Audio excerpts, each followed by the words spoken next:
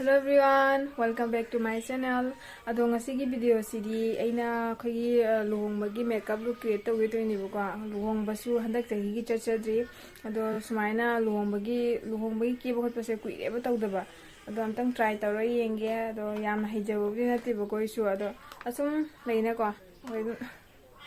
asum ki ge toini buka ngasigi kha kening hakpa hai tara ado ai ke ba hujarge mayam puning minasi ko I skin care towel ko foundation thava horage ko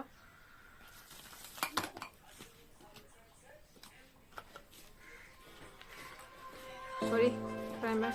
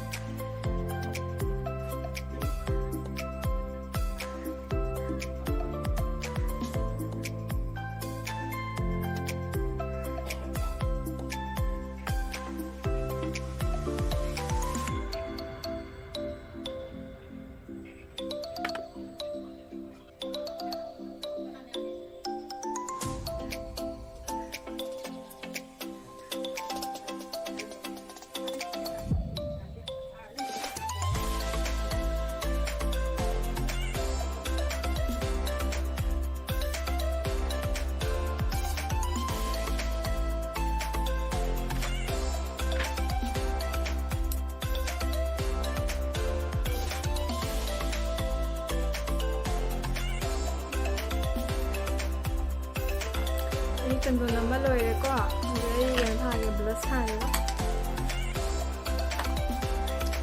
Almost lo ya gitu ba.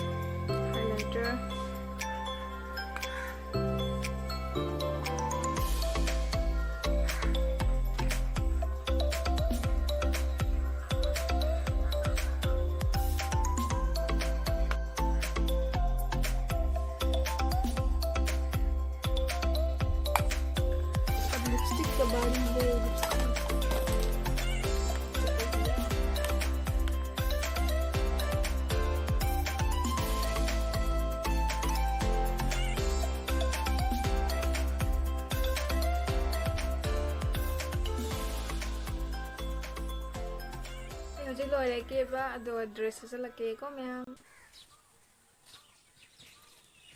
mayam sini aigi final look jabra